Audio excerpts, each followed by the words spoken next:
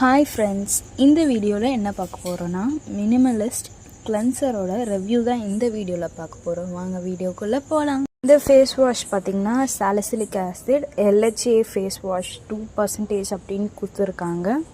அதுக்கப்புறம் இந்த கிளென்சர் வந்து ஓட் எக்ஸ்ட்ராக்ட், அதுக்கப்புறம் ஜிங்க் ஆலட்டான் இதெல்லாம் ஆட் பண்ணியிருக்காதும் மென்ஷன் பண்ணியிருக்காங்க ஃப்ரண்ட்லேயே.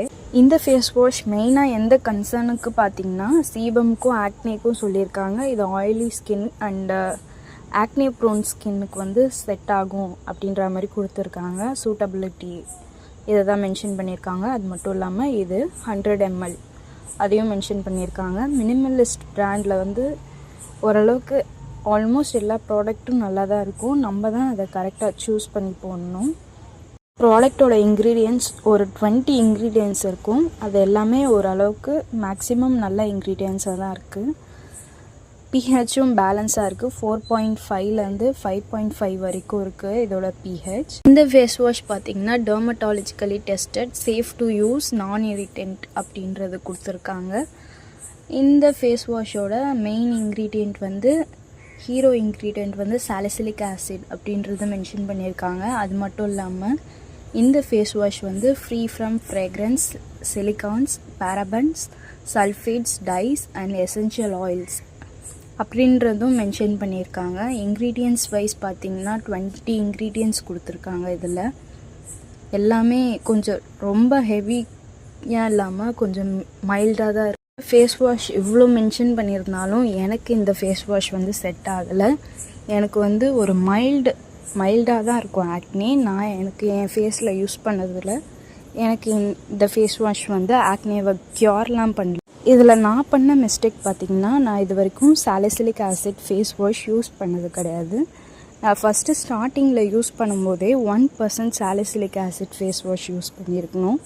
நான் அது இல்லாமல் மிஸ்டேக் பண்ணது என்னென்னா 2% சாலிசிலிக் ஆசிட் யூஸ் பண்ணதுனால இது என் ஸ்கின்னில் ஹெவியாக இருந்திருக்கு. அதனால எனக்கு இன்னுமே ஆக்னே வந்துச்சு.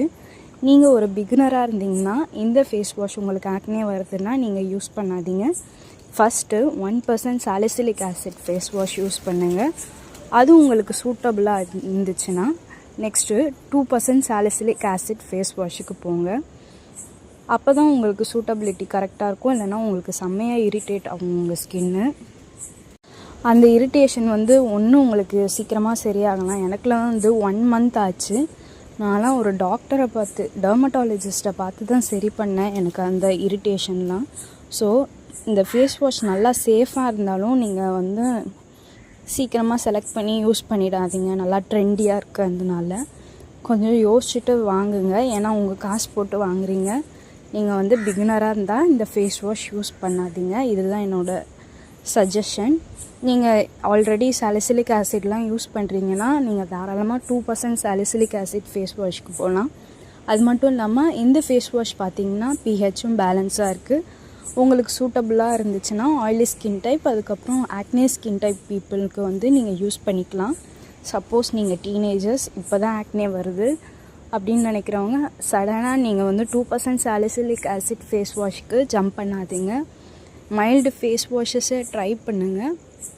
இல்லைனா 1% சாலிசிலிக் ஆசிட் அந்த மாதிரி ஃபேஸ் வாஷை ட்ரை பண்ணிவிட்டு இந்த மாதிரி ஃபேஸ் வாஷ்க்கு நீங்கள் ஜம்ப் பண்ணலாம்.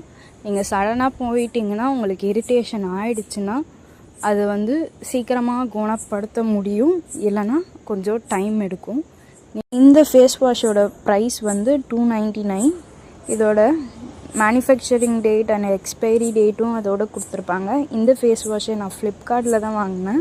ஓகே ஃப்ரெண்ட்ஸ், இந்த வீடியோ உங்களுக்கு பிடிச்சிருந்துச்சுன்னா லைக் பண்ணுங்கள், ஷேர் பண்ணுங்கள், சப்ஸ்கிரைப் பண்ணுங்கள். தேங்க்யூ ஃபார் வாட்சிங்.